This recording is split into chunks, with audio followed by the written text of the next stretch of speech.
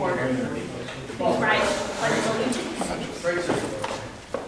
I pledge allegiance to the flag of the United States of America and to the republic for which it stands, one nation, under God, indivisible, with liberty and justice for all.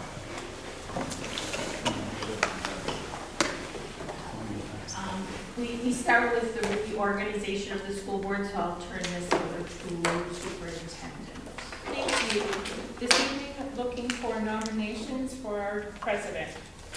I nominate Lisa Berry for president. I second that. Are there any more nominations for our president? Seeking additional nominations for president? Hearing none, move to elect Lisa Berry as president of the Sevastopol School Board for the 26-27 school year. Roll call vote. Sue? Aye. Jerry? Aye. Aye. Jeff? Aye. Opposed? Hearing none. Lisa, I turn the gavel back to you. Thank you. We will then accept nominations for the vice president. I nominate Keith Bolton. A second. Are there any other nominations? Any other nominations? Any other nominations? Is there a motion to cast unanimous ballot for Keith Bolton? I so moved. So moved. Second. All in favor, say aye. Aye. Opposed? Motion carried. We'll move then to clerk. I move Jeff Isaacson. Second. Clerk. Second. Third. Are there any other nominations? Any other nominations? Any other nominations? Hearing none, is there a motion to cast unanimous ballot for Jeff Isaacson? So moved. Second. All in favor, say aye. Aye. Opposed? Motion carried. Assistant clerk. Move to nominate Jerry Warwick as assistant clerk. Second. Are there any other nominations? Any other nominations? Any other nominations? Hearing none, is there a motion to cast unanimous ballot for Jerry Warwick, assistant clerk? I make a motion to Jerry to assistant clerk. Second. Is there a second? Yep. Second. All in favor, say aye. Aye. Opposed? Motion carried. Treasurer. I'm going to take Whitman to be a treasurer. Second. Any other nominations? Any other nominations? Any other nominations? Hearing none, is there a motion to cast unanimous ballot for Dick Whiteman, treasurer? So moved. Second. All in favor, say aye. Aye. Opposed? Motion carried. Anybody hear anything from Elizabeth? Oh, there she is. I wasn't watching. Okay. Did everyone have a chance to look at the committee assignments, and is there a committee you want to be removed from or added to?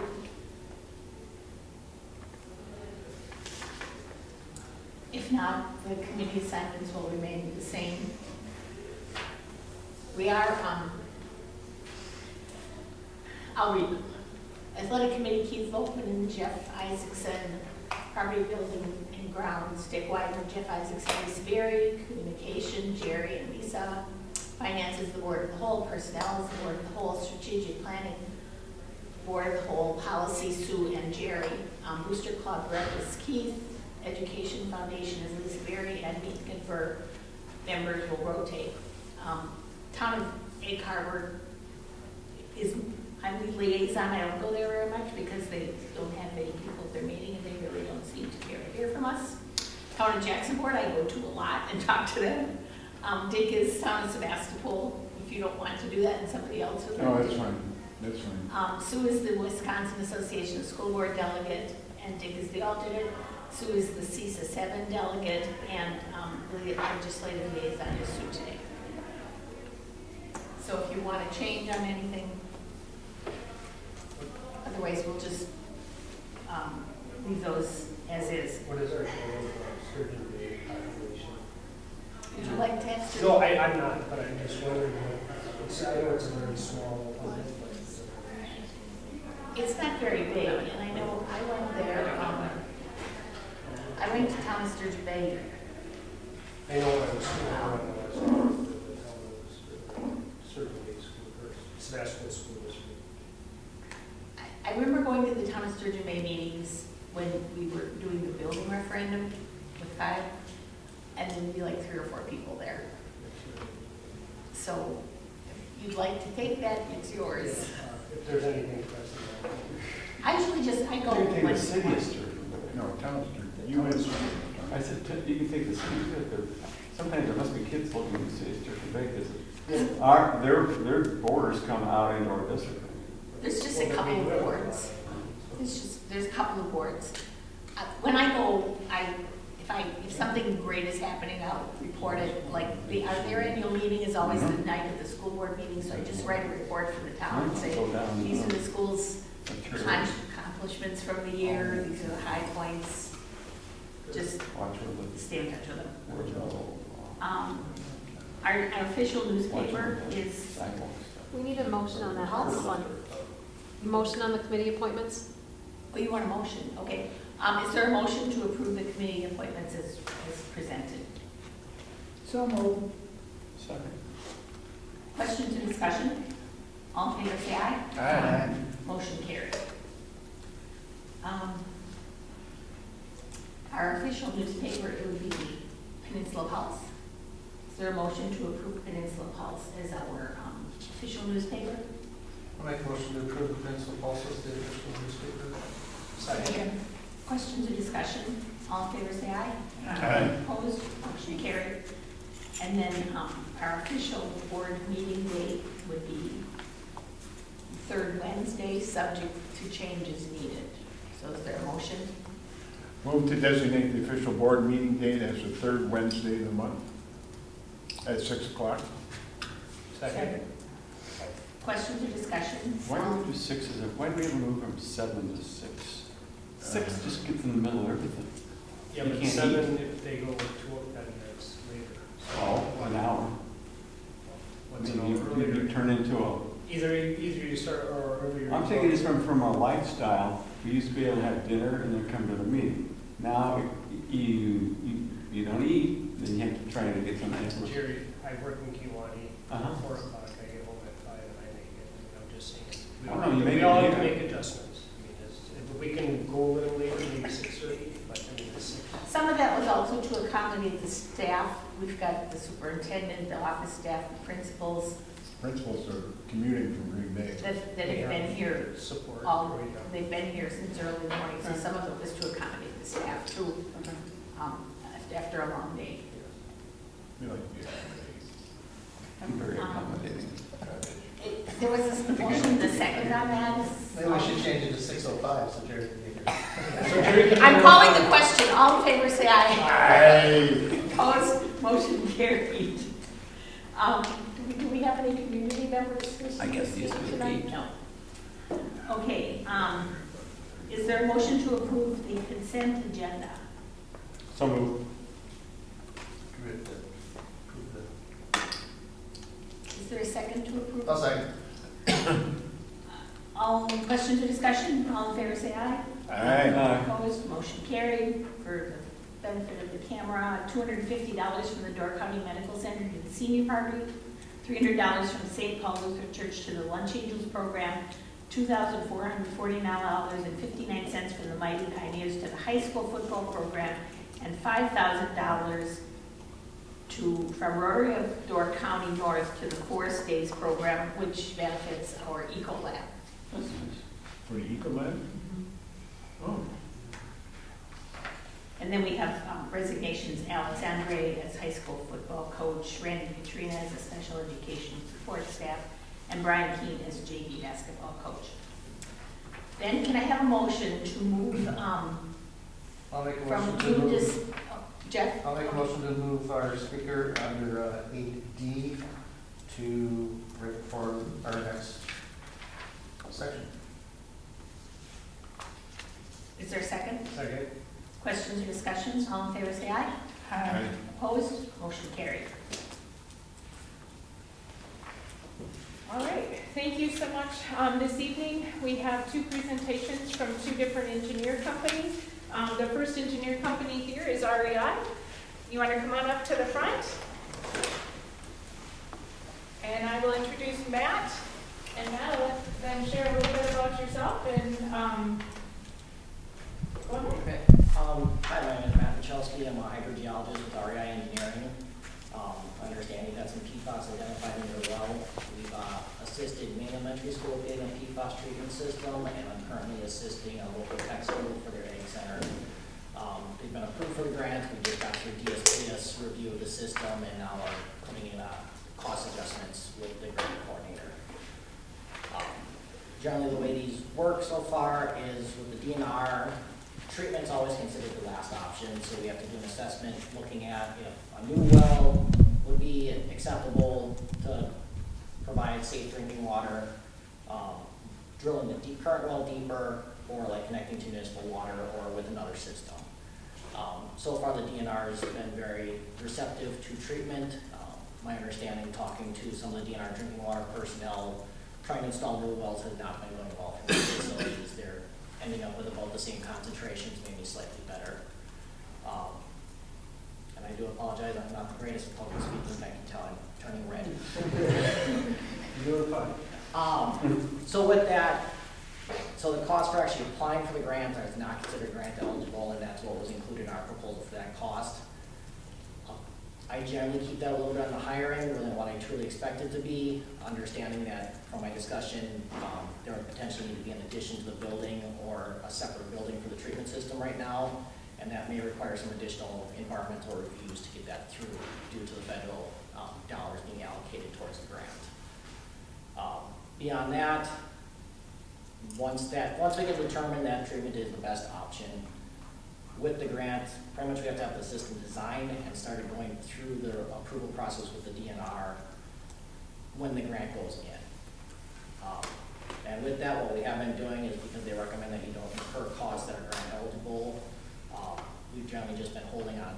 We don't invoice until the grant's approved, to simplify that for any of the school districts. It is a reimbursement grant, so the dollars do have to be paid, and then you're reimbursed up to quarterly, depending on the costs incurred.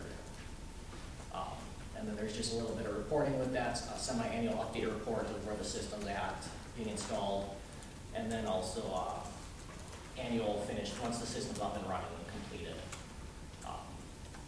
Sizing of the system is mainly decided by the number of fixtures, plumbing, toilets, kitchens, and the type. And that's based on the DSPS code, unless, if we were to put it in a separate building, my understanding is then DSPS no longer would have to review the system. There's kind of a gray area where if it's from the well to the pressure tank, it's DNR's world, but not if the pressure tank's not in the building, based on the last system I worked with DSPS. Not saying we're gonna try and get around it. I do still would recommend that we size it based on their recommendations. And then even if that system, based on that sizing, we can get a rough estimate of how many gallons we expect before that carbon would break through. With the granular activated carbon systems we've always done a lead leg, so all the work is done by the lead vessel, and it's broken down into however many lead vessels running parallel, and then the leg vessel is 100% safety factor, so that if there is breakthrough, you're not getting PFAS into the drinking water. And then that supplier, what they do is, once that's determined that the breakthrough is occurring through sampling, they come in, the leg vessel gets pushed into the lead position, and a new vessel with clean carbons put in. And to simplify it, they take the vessels off-site to swap out the carbon and just bring in extra vessels so there's no downtime on the system. Based on the preliminary usage, does it seem feasible that we can contain that system within our building? I guess I've never been in your building, and it's, the biggest thing is gonna be, like I said, that DSPS, the maximum water. So, like the population served for Maine Elementary School and the technical college, it's almost the same number of the population served by those wells. But because the technical college has a lot more labs and just faucets, their system is twice the size. So that's kind of the downside of the maximum water usage calculations on the DSPS side is it's not necessarily, they know that their well, if they pump more than 6 gallons a minute, that they will run their well dry. But because of how many faucets they have,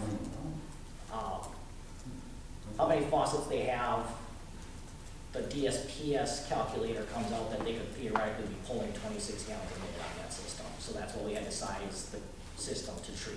So right now they're looking at years and years before the carbon has to be treated. So until we install a meter and actually get a solid number on usage, that's what you're gonna base your design on? You won't even need a meter, it's based on like how many faucets there are, and Okay. toilets and urinals and what type of water heater, jet, siphon, water closet. And we do partner with a company that's what they specialize in. They're engineers that specialize on the plumbing side. Just because we have professional engineers that could sign off on the paperwork, but they're civil engineers, so I'd much rather use someone who is specialized in that.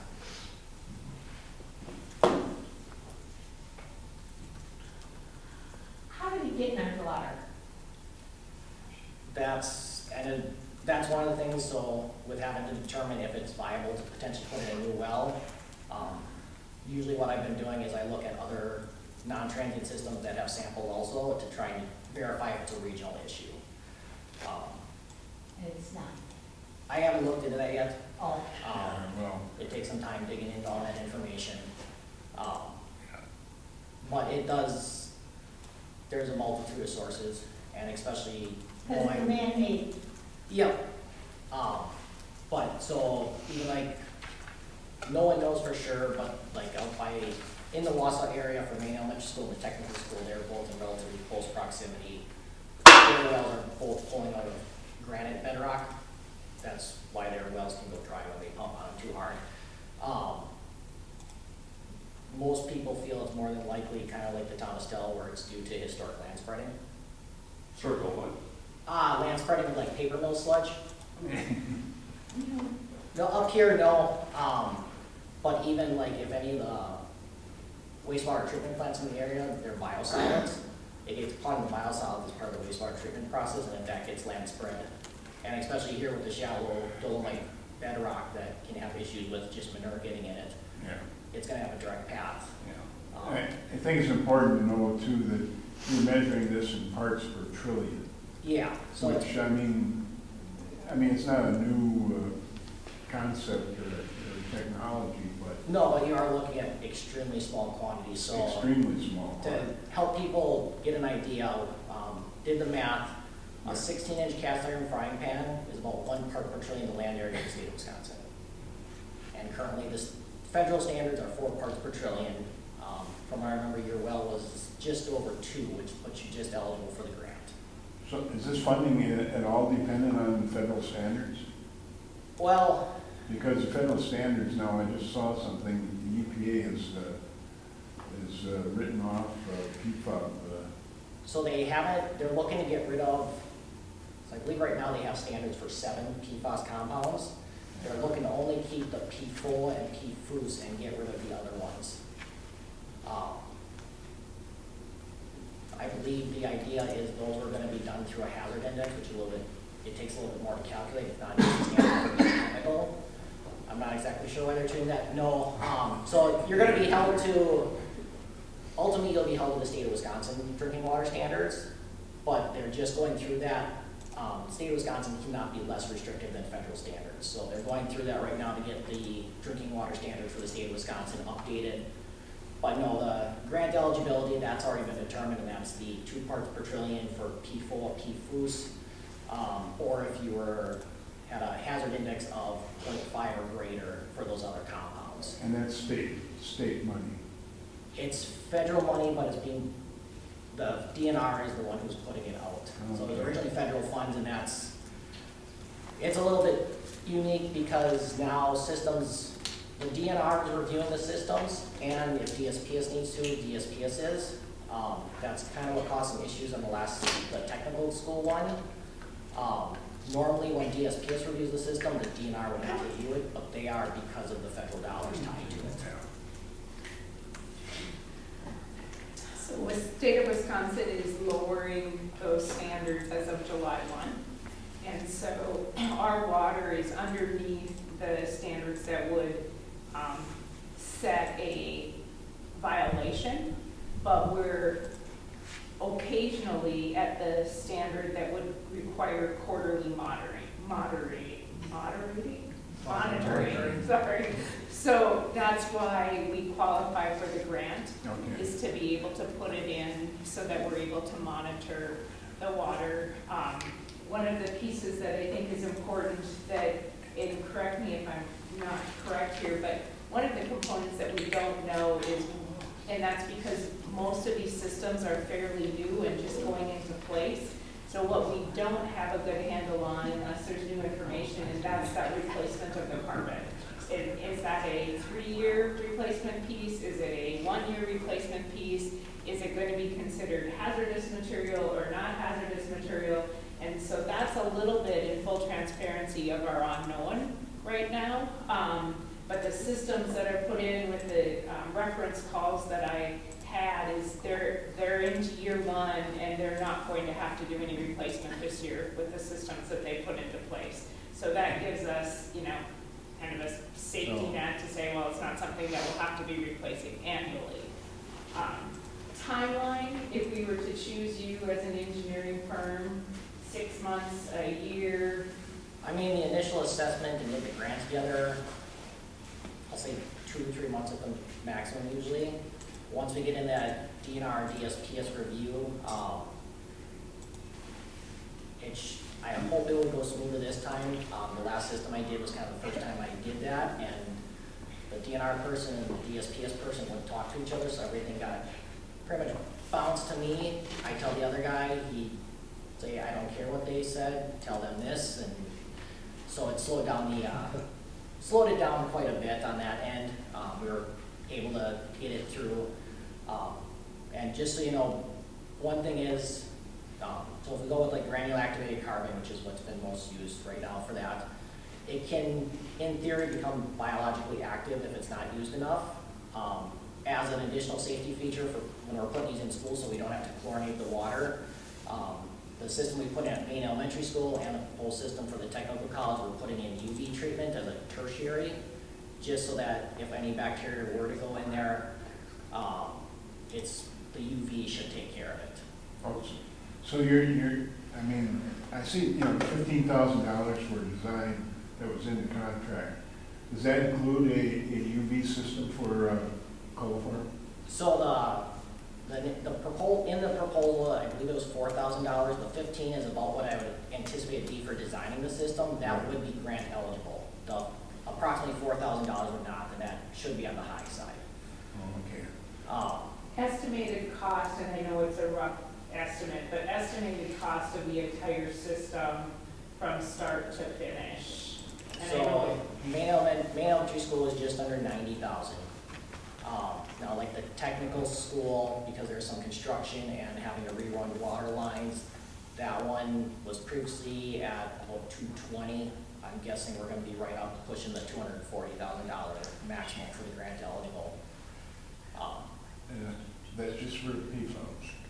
That's nothing else, it's just PFAS. Well, the granular activity carbon is going to pull a lot of stuff out of the Well, water. pull chlorine and some other things. Yeah. But it won't pull any bacteria out. No. So, I mean, if we're looking at this, would you recommend that we look at a UV system for our? We've been recommending it just as a safety factor. Like I said, looking at it, you had no bacteria in your well that showed up in your distribution system. It's just because, we've only been recommending it because of the granular activated carbon. And it initially came up because initially the DNR was looking at this through the lens of what's the requirement for municipal systems. And with municipalities, you have to chlorinate. So initially they wanted Maine Elementary School to install chlorination with this system. And Maine wanted to avoid that because the system was being installed in a janitor's closet right off the gymnasium that's used as a lunchroom. about the same size as ours.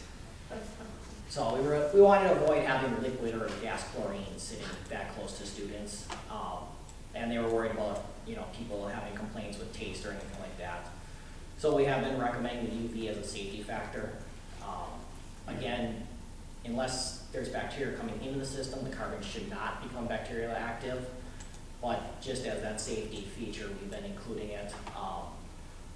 With your water too, I know you currently, it looks like you have ion exchange, I'm assuming for hardness on your system. Yeah. That's one thing, so that 15,000 did include some analytical of the raw water, because there are certain parameters, hardness, pH, iron, manganese, that they'll affect how effective that carbon is, or if it's gonna break through, because there's stuff that will either scale it over, so you have a lot more pressure loss through the system, or will preferentially bind to that carbon, and then it will be spent quicker, effectively. Taking out stuff that you don't need to, but Yeah. the pathways in the carbon will be blocked or taken by other organics and instead of the PFAS. So if we're using our existing well system and pumps, does that affect the flow, water flow, or do we have to upgrade our pumps? No, you should not have to. We've got on-demand, we've got an on-demand system, Yeah, so if it has something like that with a variable frequency drive, which is what both Maine and the technical college has, that will adjust effectively.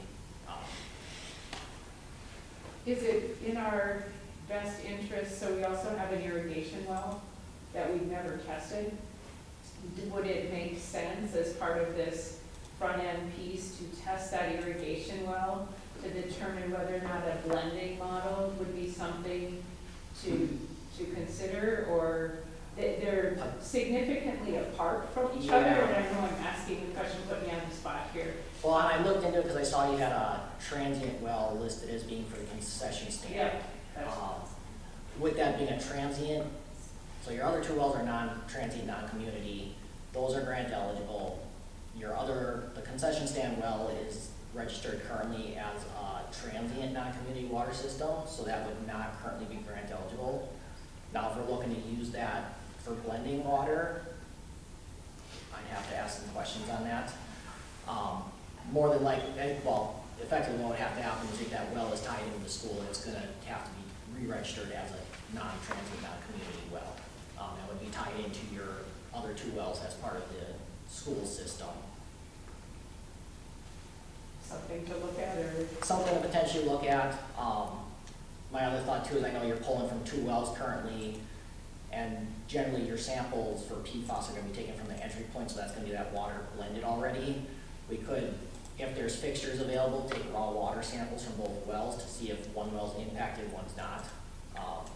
Sounds weird, but the technical school that I'm working with, they actually have two separate water systems, so half the buildings are served by one water system, the other half are served by another water system. The wells are relatively close together, about 150 feet apart, at approximately the same depth. The one system has PFAS, the other system does not. At the same time, out there with the granite bedrock, the fractures can pull very large difference in that if they're pulling from different fractures. The dolomitic bedrock out here, generally the fractures are largely more connected, but you could run into the same type of thing. And What's the health impact of PFAS? What does it do? Depends on the specific chemical. Right now, when you look at it, depending on the specific compound, high cholesterol, I know there's some birth defects, Huh? potential, like I said, you're looking at thousands of chemicals in the PFAS group, and it does vary from compound to compound. But is it like 1 in a trillion parts? So right now, based on the current science, and so the drinking water standards are based on not that if you're consuming water at that 4 parts per trillion that you'll become sick, it's an increased chance that something could, a health effect would potentially be occurring, either cancerous or non-cancerous. And I apologize, I cannot remember exactly what that percentage is of what it is, but it's a relatively small increase in a health effect. But that's how the drinking water standards are set up. What's the timeline for eligibility for funds? So I know for this current round, applications, the application deadline is September of this year. Okay. But until DNR and DSPS have done the system review. They don't officially approve the grant until those, but as long as the application's in by that deadline, you're still eligible effectively. We did that both with Maine Elementary School, they got in on the first round of grants that were eligible for the system. NTC, we managed to get their application in just towards the end of the second round, just to get them in, because there was questions if there was gonna be a third round initially.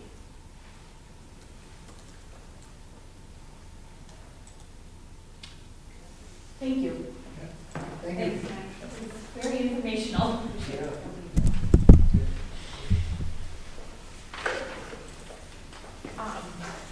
So then we have another presentation this evening, and Stephen will connect Brad from MSA virtually for us. Thank you, Brad, for your patience, and welcome to Sevastopol School Board meeting. Thank you very much. Can everyone hear me? Yep. So thanks for letting me join virtually. Appreciate the opportunity to present MSA's proposal to help the school district with PFAS mitigation. Just to clarify, does everyone on the board have MSA's proposal letter? We do. Is that in the packet? Yes, it's in the packet. Okay. So I'll just walk through that and share a little bit of experience. First, as an introduction, my name is Brad Stuchinski. I've done a lot of projects on PFAS with municipal systems and a few with smaller systems that would apply to school districts. Most recently, we did a project in Minocqua Hazelhurst where went through and utilized the small systems grant program that would be applicable to this school district. And in that, after doing the evaluation, looking at the potential of well reconstruction, we did decide to go with treatment at that, and that treatment system has been online since last fall or summer of 2025. So also I'm currently working on a number of municipal systems looking at feasibility studies. This would be, I've personally worked on 6 different feasibility studies for municipalities trying to evaluate all the alternatives when it comes to well reconstruction, blending, new wells, treatment facilities. So I guess that's a little bit of my background and why I'm here tonight. So in the letter, just going through and understanding what's at the high school there. There's the 2 wells. They're both approximately 350 feet deep, cased to 260 feet deep. So they're very similar in construction. They were installed in 2021 with the most recent building expansion or the school expansion. Both have pumps that can pump up to 110 gallons a minute, and they're on VFDs. But looking at the water usage at the school, it really amounts to a much smaller amount of water use on an average day. And so that becomes important when sizing a system if we do go the treatment route. So what we understand is the water samples from the both wells, and it's a combined blended sample. There doesn't seem to be any data for each well individually, but those samples have ranged from 2.6 to 4.66 with PFOS. So that would mean it's above the eligibility requirements for the funding program, as well as the proposed federal and state limit for PFOS. But I think the main thing is that it meets the criteria for eligibility for the small systems grant program.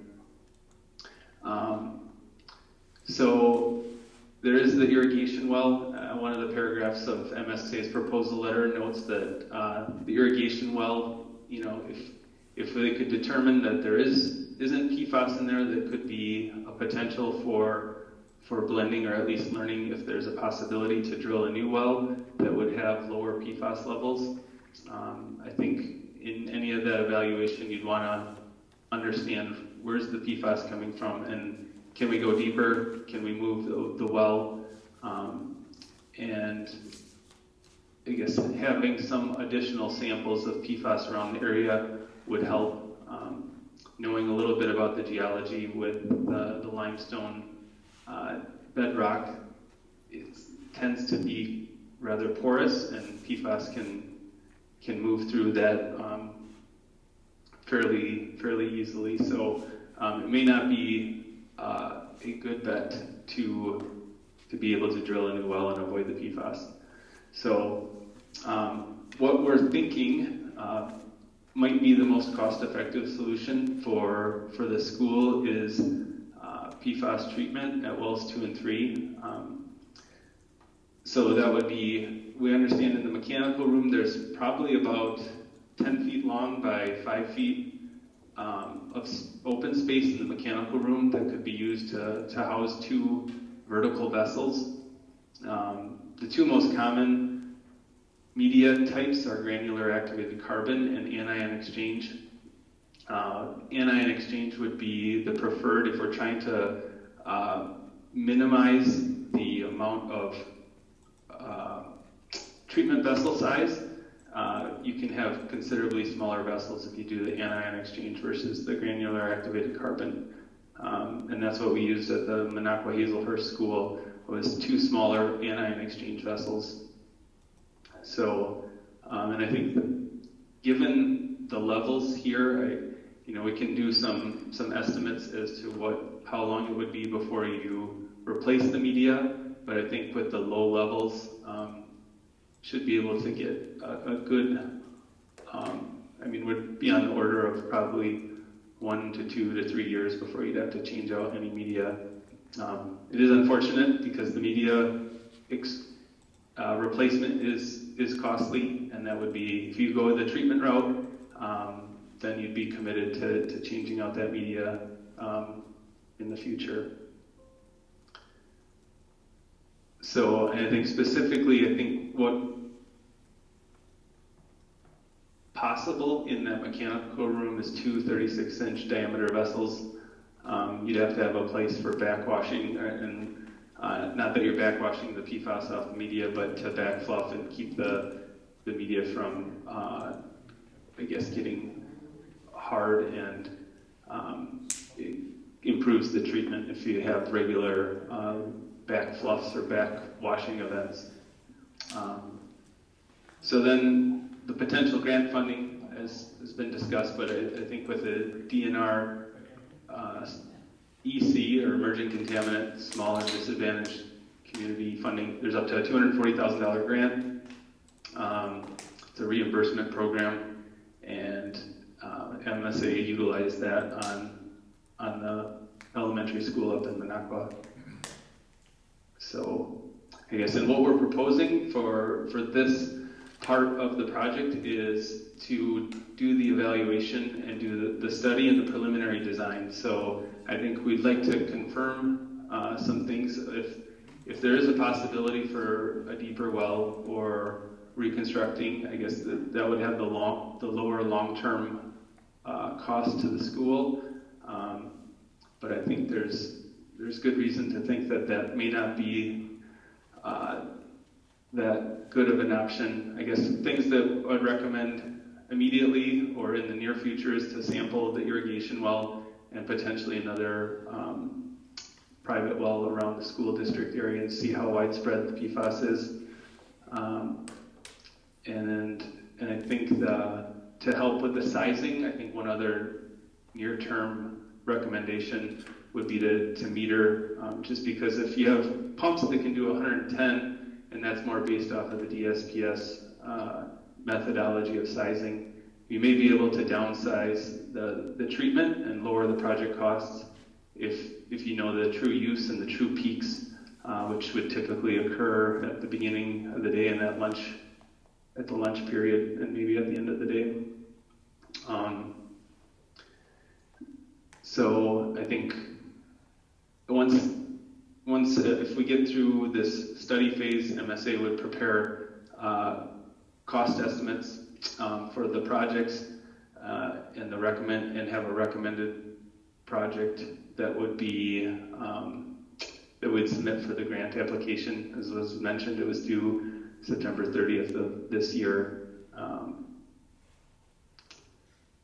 And with that preliminary design, there would be laying out how the vessels would fit in, making sure there's enough room, confirming backwash requirements, and did the floor drains have the capacity to take the backwashing events.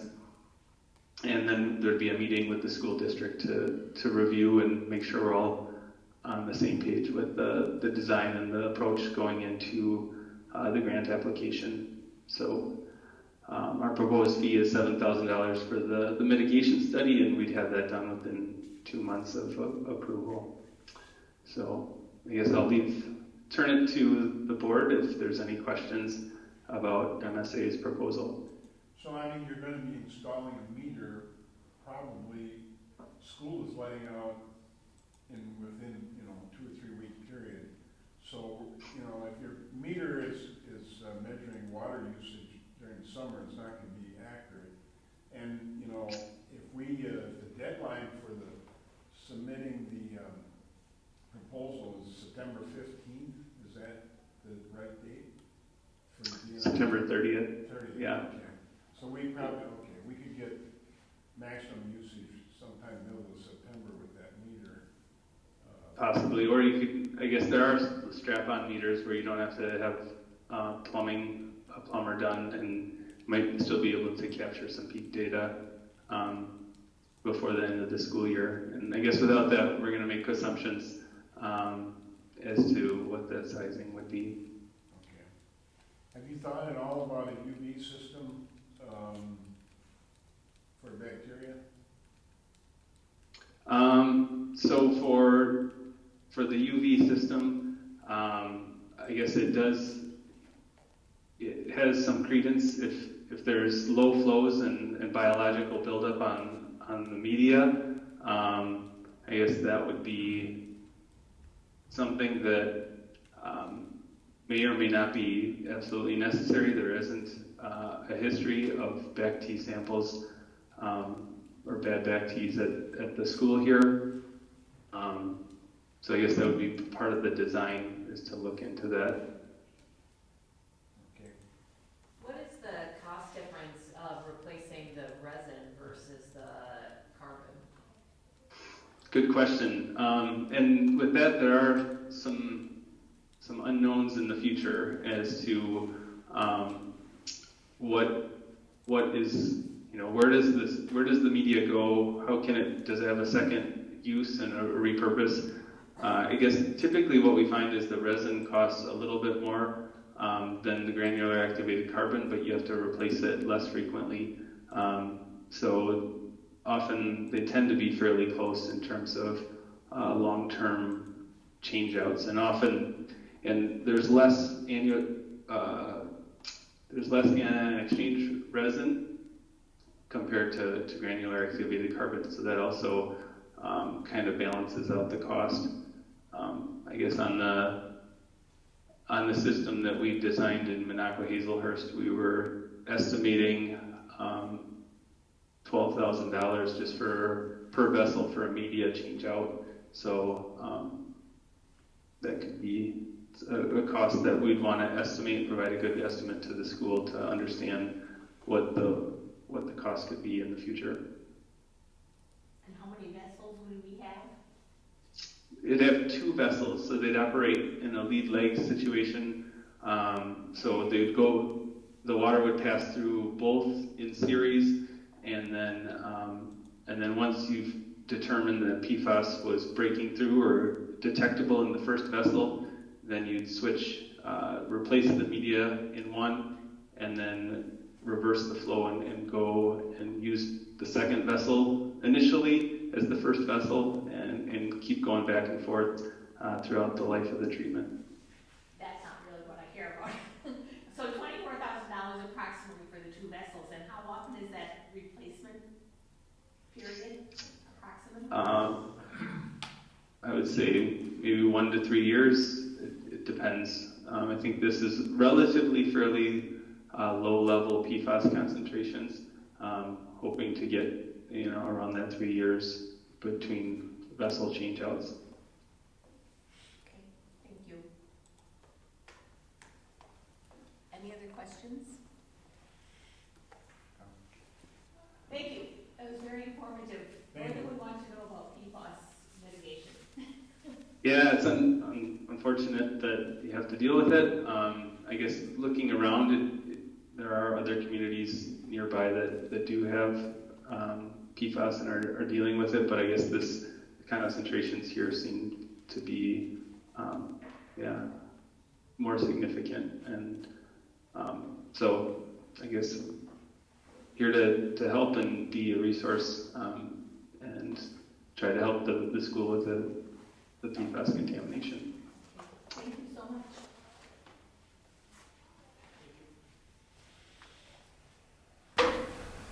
Thank you.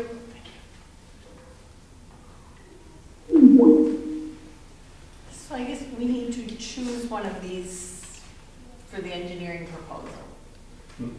Thoughts on? If I need to ask Dick, well, what happens, he said, we all go home and it's in our drinking water down. We just get hit with it because it's a pump. Well, that's what I mean. Well, I It's have 70% one is system getting at my involved. house.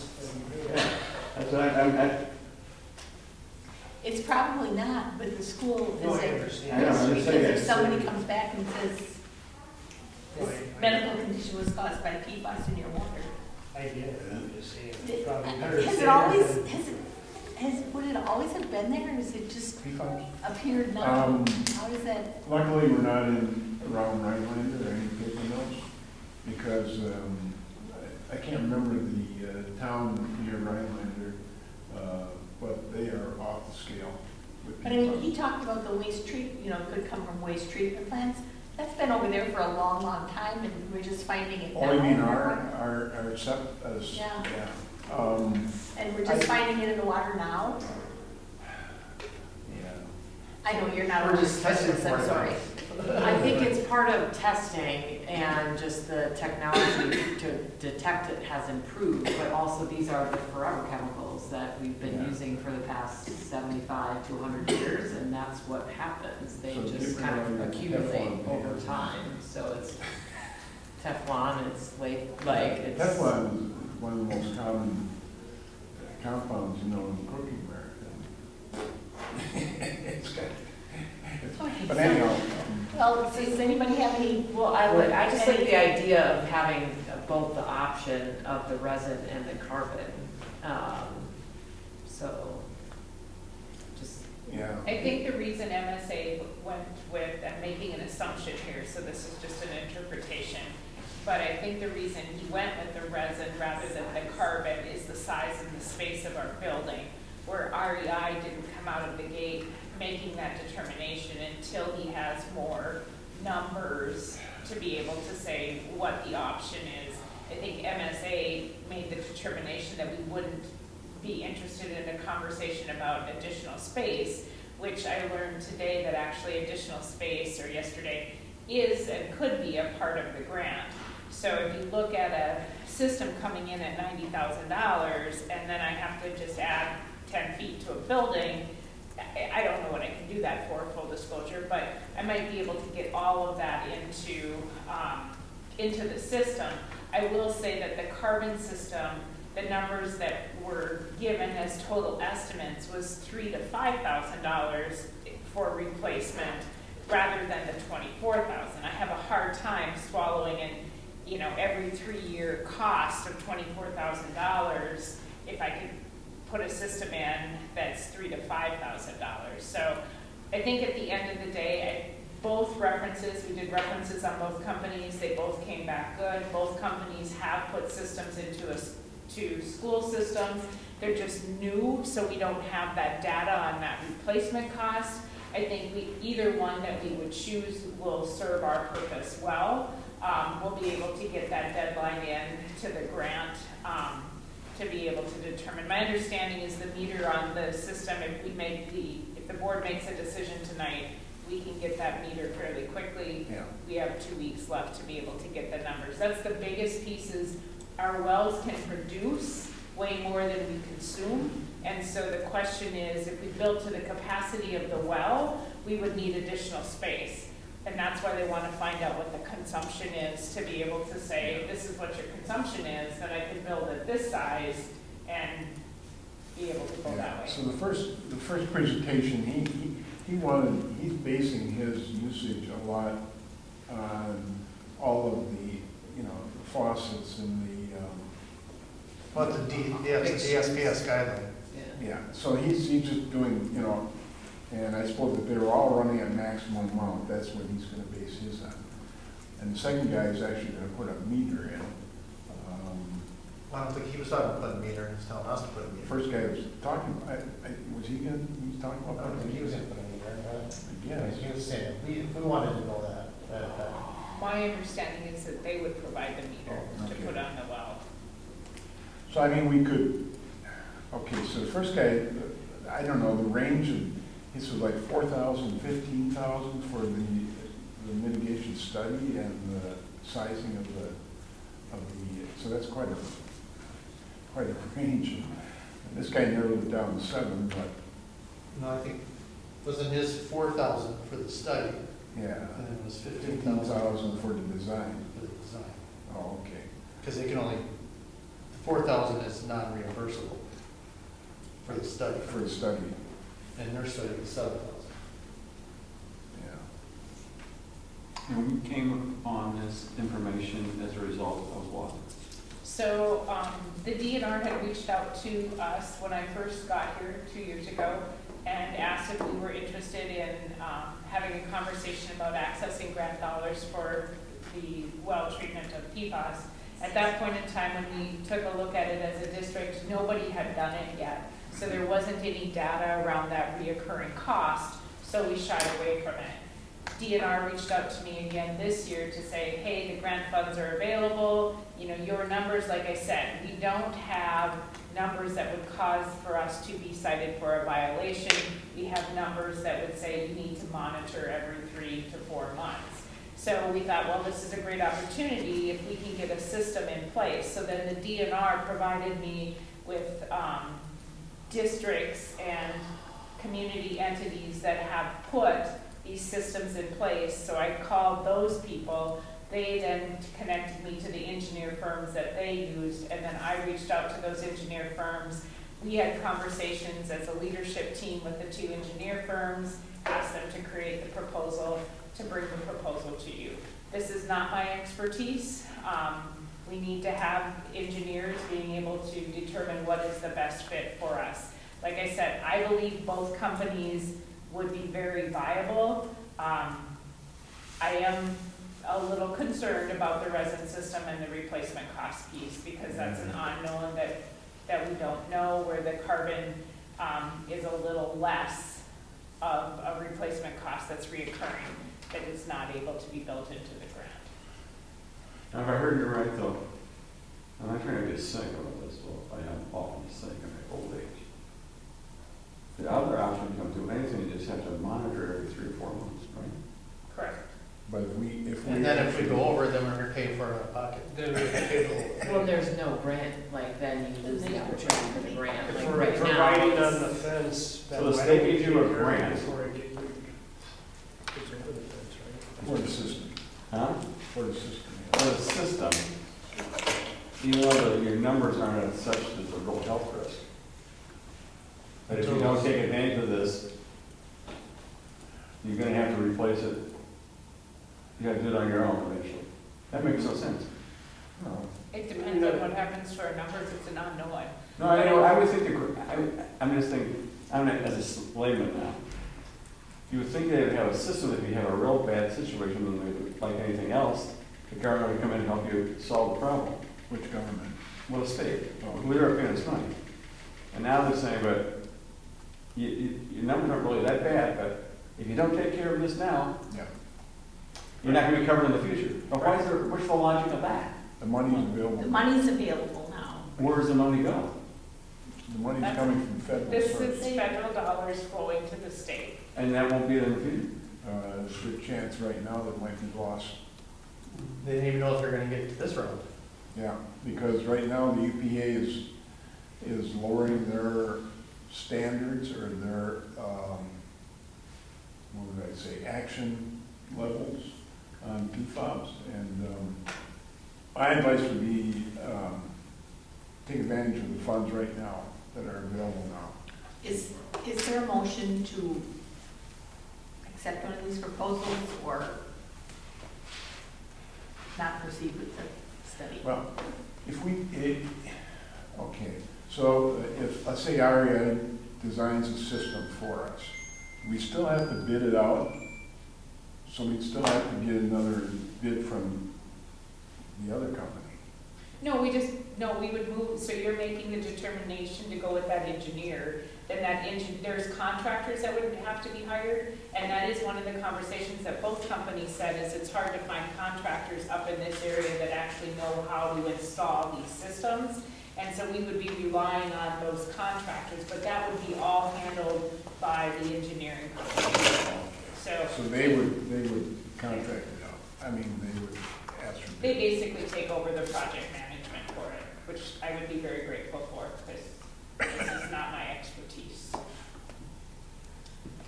Talk about instruction I don't know, I assessments thought the and first, curriculum, I'm all in, but yeah, I thought the REI had a, well, kind of a weak presentation, but, you know, he's a geoscientist, so maybe that's not his forte. So just so I understand this, not to belabor it. So we're gonna get a grant, if we go ahead, we're gonna get a grant to take care of this problem. And there's possibility that in the very near future, the feds may change the limits, so we wouldn't do this in the first place. let's raise the limits, just, They won't lower the limits, they'll raise them. Raise the limits, so you don't have to do it. Okay, No. you sure about that? no. No, I'm just saying, what I just heard, I thought I So heard. what just happened, so 2 years, I don't I'm know saying that the they think if exact it's, time, but basically the limits are getting, the state of Wisconsin is lowering the limits as of July 1 that align to what the Fed limits are. So right now, we're not in alignment with the Fed limits. We're going forward as of July 1 to lower, that's not, so lowering the limits of PFAS in our water. Lowering the maximum amount. Yeah. I would like to see us support one or the other proposal because there are dollars available. Okay. Is So, there a I mean, motion? you could- I would, do you need a motion on which company, or just a motion to, On a company. I need to pick. I know, I like the cheaper option,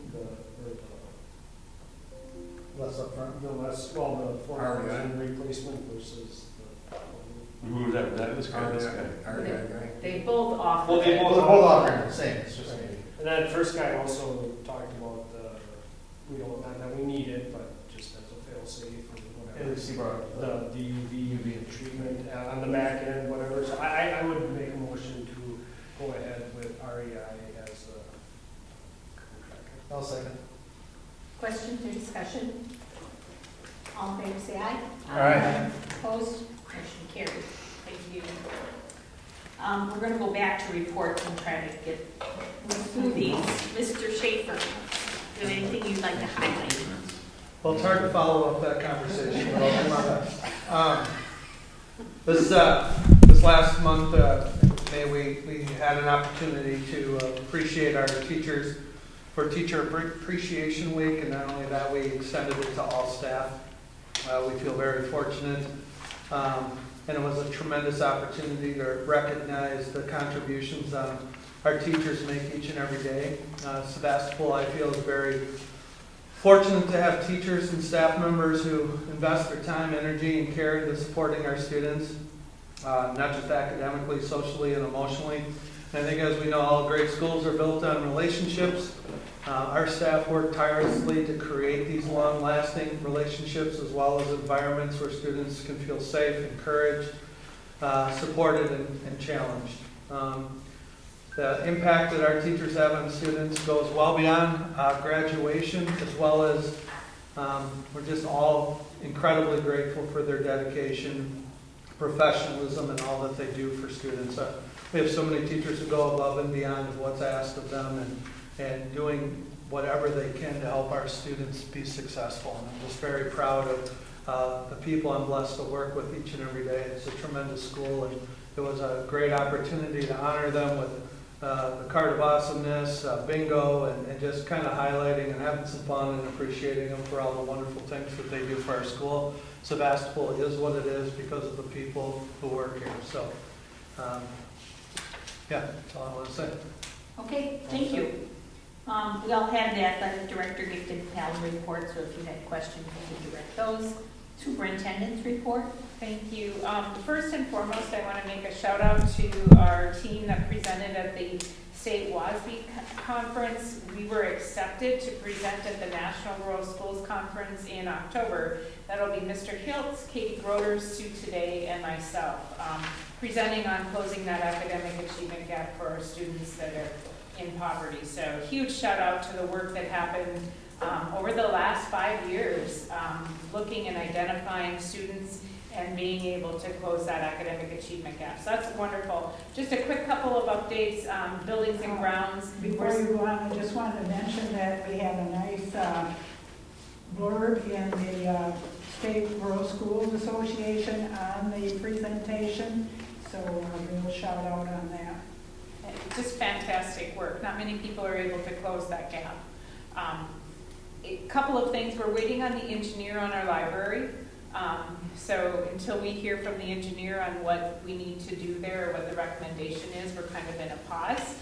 We did meet with the insurance company today and do believe that we should have something within the next couple of weeks to be able to bring to the Buildings and Grounds Committee to make a decision about that.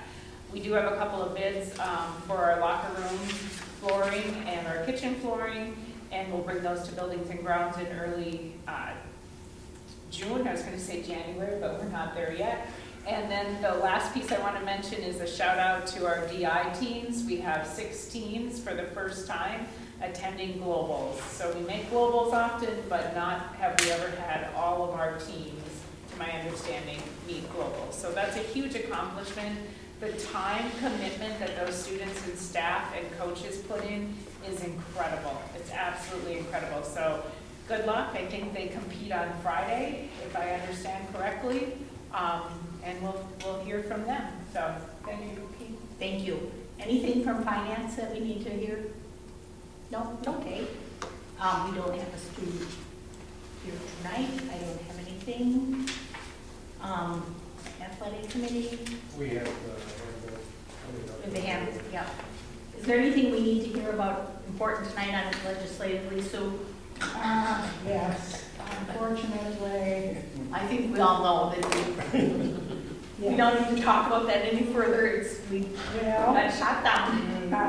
The WASD is calling on the governor and the legislature to return to the table and to set aside the political gamesmanship and find a path forward on behalf of Wisconsin students and communities that support them. You know, WASD does some good work, and so do those other groups, but I've been on this board for 20 years, and they're always talking about calling on the legislature, calling on the governor. They've had blue ribbon commissions, and nothing gets done, nothing changes. I think we have to think out of the box and find a different group to go to those legislators. It needs to be business people and a group of taxpayers that say, that's enough, because for 20 years, we've spun our wheels. Lobbying costs money. Lobbyists are, everybody's paying lobbyists and nothing's getting done. yeah. So, I have this on my mind that there's a different path that needs to be taken, a different group of people, somehow, a different message sent. A paradigm shift. Huh? A paradigm Because shift. the message isn't getting through to them. I think it goes back to grassroots. Big organizations like that, I think it's incumbent upon us to take care of our own house, bring in our local legislators, look at them in the face, and say, what are you going to do about this? And we've done that. We've had we've had Joel Kitchens for. We haven't been here for a long time. We never talked about that. Joe's the chairman of the education committee. We've talked. She talks to him every month. I did attend his legislative session, and there were groundswell of people there. So And I also know 20 years ago, Gary Vise sat in front of us and said, this is never going to change, because if you take money away from someone and give it to someone else, those big schools, the schools that are getting all the money, are going to yell and scream. I They'll was never here, let Gary it Vise happen. is here, but I think he hit the nail right on the head. The same goes in healthcare. The rural's at the bottom of the feeding trough, and the big medical centers and the big 500, 600, and 800 bed hospitals take the bulk of the feed, and the big cities take the bulk, and it slowly gets out to rural because they were left over. And that's the same, I think, it's the same.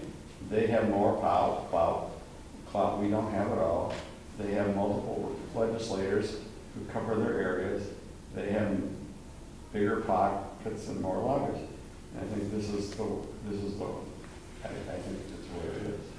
Well, WASB has just released a survey through school perceptions, so you can have input into that survey. I would encourage everyone to do that and provide your thoughts to what you think WASB is doing or shouldn't be doing, or what else you would recommend. I think what the WASB should do is put together a report to all the school boards where they have been successful and where they have failed, what they've been working on, and just a report card. Yeah, well, that's what the survey is. No, it's no survey us. They tell us. They know what they've been working on. They know where they've been successful. Yeah. But I mean, some of this kind of like, I think what Lisa's saying, you can continue hitting your head against the wall so long, and eventually you can start saying it may not work. I don't know what works in this. It's all screwed up. I don't know what works either, but it's not working. This so isn't working, so you have to so look at what that's other so- ways are there to make it work. And I think it'd be interesting to bring the legislator in here and say, this isn't working, what do you recommend? It can't hurt. Joel was supportive Yeah, of he was. the funding. No, that's not the question. Special ed. The question is, the way schools work in their lobbying efforts appears not to work. You're close to the fire, you're close to the action. What do you see? What changes do we make to get our message across? I don't mean this politically. It's going to sound political. I don't mean it that way. Let's bring the governor here and say, why did you veto? He didn't, no, governor, Didn't the no. governor veto? Senate. Senate did. Then let's bring that. The governor's He's quitting his job. Then let's So bring was, some of them. Well, anyway, so that's my rant for tonight, and I've got it in my mind. I don't know what the answer is. I'll take it.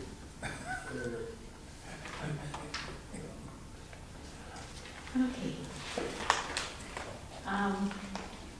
We have a second reading of policies. A motion.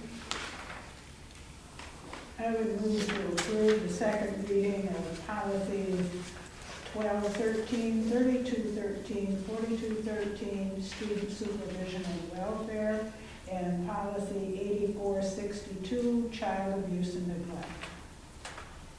Second. Questions or discussion? All in favor, say aye. Aye. Opposed? Motion carries. Then we are looking to approve the Johnson Controls contract. So this is an annual contract that we have with Johnson Control. As I shared in my board memo, this is a slight increase. Our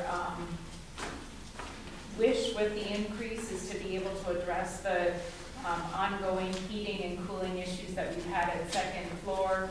Also to do some general maintenance on our building across the system, and to be able to increase our ability to be more consistent and have a better performing HVAC system across the board. I'll make a motion to approve the service contract with Johnson Controls. Second. Questions or discussion? All in favor, say aye. Aye. Opposed? Motion carried. Then we need to renew the school resource officer. So the resource contract has historically been a 3-year contract. Last year, we just did a single year. Moving back, Superintendent of Gibraltar and superintendent of Southern Door met and brought forward to the county, or the SRO, 3-year contract, seeking for you to approve that. That is a huge asset to our district for community and just awareness across the board. Our SRO is an invaluable resource for us. Agreed.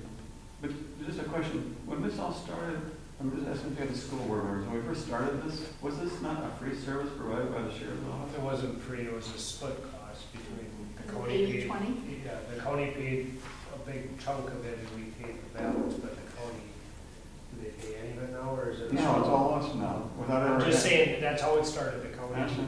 They. So did we ever ask the county why they Yeah. changed it? I asked last year, and she was unable to do anything, and this year the She three being, of us. she being, Sure. what's The the three of sheriff's budget? But her budget is approved by her supervisors. Yeah. But no, she could have kept this in the budget and then they could have debated that. This is just an easy way out. I'm gonna save my budget, so I'll just take this out. My understanding is that she had tried, and again, tried this year, because we said it would be really nice to have a 90/10, 80/20, but they were unable to budge, and as. 50/50. You know, Yeah. I mean, Well, this is really local, so why don't we just ask our county reps why they are in favor of burdening us with more costs? They're people live down the street from us. They're the ones that voted in. I mean, we're talking about what we just talked about at the state. Now, this is at a local level. And we came and asked our county representatives why they changed the policy. I think. Because they didn't have money in their budget. Well, What I was think we shared with deserve me, it. Jerry, is that if we don't cover the cost, they. I'm will not, cut it. I'm not against the service. Don't get me wrong. I think it's a responsibility to our taxpayers that, you know, why, this is a big budget cost. We should be able to ask the county why they changed that policy. Well, I think the sheriff submits her budget, Right. their budget, Right. to the county board. Right. Okay, so really it's in the sheriff's department's decision in their budget to include. Makes the budget. Yeah. But They the make county it- obviously gave her the message, Well, we don't know anything about that, no. we know how government works, for God's sakes, we were But- born yesterday. I would move to approve the contract renewal for the school resource officer. Second. So you all don't care about why this just went up 100%. It's the bill, we'll just pay it without ever asking a single question. Well, we can approve the contract and then ask the question. I know a county board member, and I will ask for some background on Use how. Hugh Zeldin's our, Huh? Hugh Zeldin's one of our county board representing Sevastopol. I don't know, I know a different one that'll answer me, that'll look into it and answer me. Dale Vogel, I'll pick on Dale Vogel. Yeah, you can ask Dale. Okay, very good. Okay. There's a motion and a Your second stories then. to approve the school resource officer contract. All in favor, say aye. Aye. Opposed, motion carried. And we look to approve the CISA 7 services contract.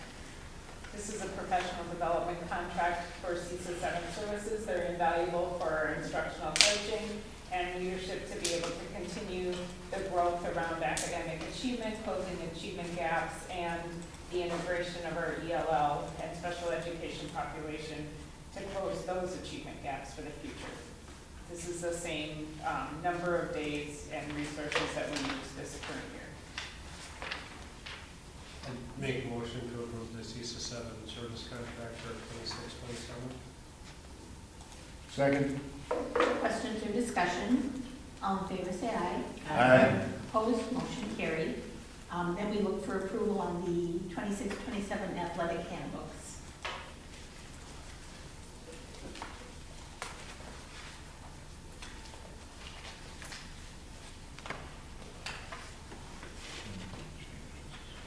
Make motion to approve the 26-27 athletics handbooks as presented. Second. Ability to change anything for spelling or whatever. Questions or discussion? Is there a group of parents that read this? Parents? Athletic committee. I'm a parent, I reviewed it. Okay. Jeff's a parent. Jeff, Brooke's a parent. Could you restate your motion? It was hard to hear back Sorry. here. Can I do this? Yes, it was hard to hear. Make a motion to approve the 2026-2027 athletic handbook with the provision of being able to make any spelling changes. Grammatical errors. Second. I've reviewed 50 years of handbooks from the time I was in school until now. Just for your information, Mr. Ward. Thank you. All in favor, say aye. It's such a fun thing to do. Yeah. All opposed? Motion carried. Then we look to approve the 26-27 employee handbook, including the salary and compensation guides. Just to highlight a couple of the changes, the personal leave updates, we removed the requirement of staff to cover their sub-costs in the unpaid leave. We clarified the travel expenses for staff that are attending professional development opportunities. We removed the salary ladder with a min and max for certified staff, adding a longevity pay structure for certified staff beginning in the 26-27 school year. Added then longevity staff for support staff, adjusted the hourly rate stipends to include the 2.63 that the board approved last month, and then made some general edits for recommendation of legal on terminology and consistency across the document. I think it was a great move on the schedule, salary schedule, and longevity pay. I think it's a positive move towards rewarding teachers that stay with their school for a long period of time. I hope we can build on it. Is there a motion? I'd make a motion to approve the employee handbook for 26. Is there a second? I'll second. Questions or discussion? All in favor, say aye. Aye. Opposed? Motion carried. Then we'll look to approve contracts first, the professional staff. So there were just some minor, really clarity points on the teacher contract that you had in your packet. Nothing significant, but I wanted the board to approve that contract language change. It didn't change any meaning, it just brought clarity to it.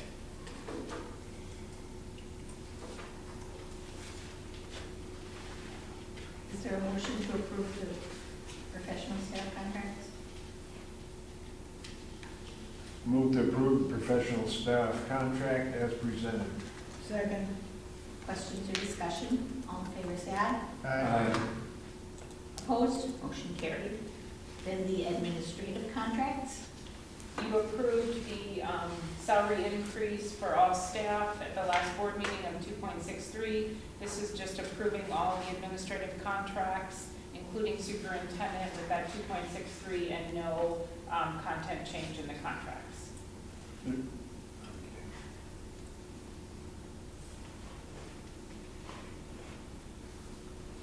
I'd make a motion to approve administrative contract. Questions or discussion? All in favor, say aye. Aye. Opposed? Motion carried. was there a second? Then I just didn't hear it. Yeah, who seconded that? Keith, I made the I think motion. Keith did both. No, I made the motion, I didn't second it. I'll second it. Thank you.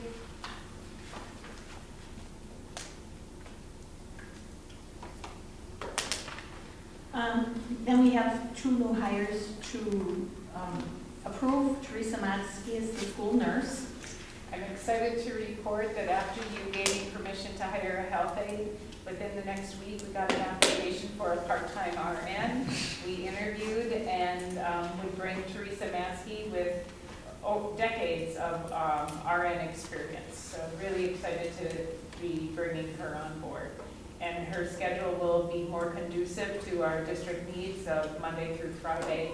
And right now, it's tentatively set at 11 to 3, so she's able to cover that noon med and the accidents that we have out on the playground, which is typical needs of the school nurse. So very excited to to bring her to the board. Not to burden you with other stuff now, since we're gonna be the employee of an RN, Correct. you're gonna need a policy of how you annually review and assure us that her license is current, up to date, and there's been no issues with the state. Or whatever they do. And Yeah, I worked with legal, I have a contract to be able to provide the RN with the supervision is defined in our handbook. I mean, we have to do the checking to every so many years, that make sure she's still carrying her license and there's no other stuff out there. Just She like provides that to us just like teachers do. So our district employees' responsibility is to pay for their license and to submit that license to DPI. And we monitor that every year. So if there's additional pieces that we need to know, I'll double check, but I believe we're in compliance with what we need to. Because in my old world, they didn't have to show, so we checked that out ourselves. Because there's computer banks of, like, for physicians and all that stuff. We go and check all that, they don't come to It's us. just the website, you can go on Yeah. any But I mean, license by the state. you have a process to do it. They're NPA. Well, physicians, like Both clinicians physicians. have NPI numbers, but like nursing, you can go, because it's the Wisconsin Board of Nursing, so you can go on the website. Add that to our wise patient is in, or this nurse is in good standing with Right. that. We We can add that to our wise Yeah, I'm sure we have to check. license review. Is there a motion to approve? What do we call it? I don't think so. I would make a motion to approve Teresa Matsky as the school nurse. Second. Questions or discussion, all in favor say aye. Aye. Opposed, motion carried. And then Gretchen Bink is an occasional bus driver. Yes, very pleased to present another bus driver to help relieve some of our route needs for our field trips and our sporting events. She came licensed and is a mom of one of our students and is thrilled to be able to pick up some of our sports runs, so. Awesome. So how are we fixing the bus drivers now? Are we covered, or all our bases covered? As best as they can be. Is there a motion to approve Gretchen Bink? I would Are we move good? that You should be a lawyer. Gretchen Bink as a bus driver. Politician. Our politician, yeah, better yet. They're Second. all the Is same. there a second on Gretchen? Second. Questions or discussion, all in favor say aye. Aye. Opposed, motion carried. High school graduation is May 31st, so we should let Mr. Schaefer know if you are going to attend, so he knows how many chairs to set. I plan to, but I'm the labor and delivery doctor, so always an Just tell them to hold their breath. I'm sure. So, I plan to be there. Mr. Work, Yes. Mr. I'll Whiteman, be out of town. Mr. Isaacson? Yep. What? Yep, I already told him that. Oh. Keith? Yep. And I will be there. And then I think the note said we're supposed to let Brooke Tom know if we're going to attend Yeah. 8th grade graduation. Yeah. Our next meeting is June 17th. Is there a motion to adjourn? I make a motion to